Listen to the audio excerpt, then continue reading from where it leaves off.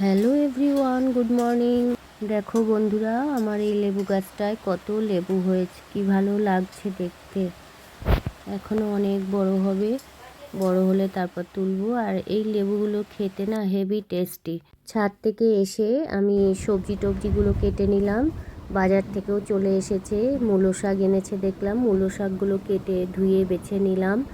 তারপরে মূলো শাকটাও চাপিয়ে দিলাম। অনেকেই মূলো শাক খায় না, কিন্তু আমি মূলো শাক খাই, খুব ভালো লাগে।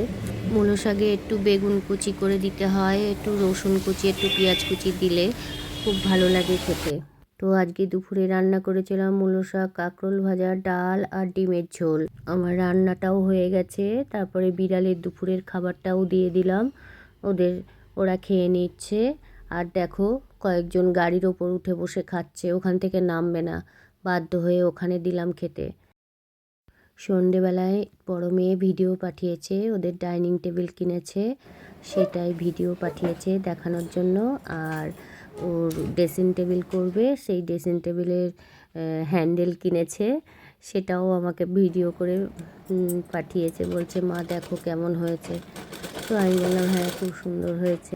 আমার বড় মেয়ের বরাবরই অভ্যাস, স্কুল থেকে এসে হোক, কলেজ থেকে এসে হোক, সব গল্প আমার সঙ্গে বলবে, তারপরে ওর শান্তি হবে।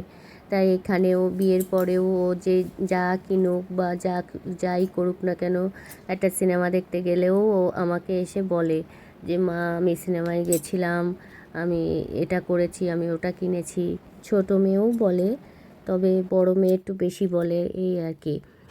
আর কিছু কিছু কথা আছে ওরা না বললেও আমি বুঝতে পারি, তখন ওরা বলে, মা তুমি কি করে বুঝলে? আমি বললাম, মা হয়েছি তাই সেই জন্যই তো বুঝতে পারি তোরা কি বলতে চাস, কি করতে চাস।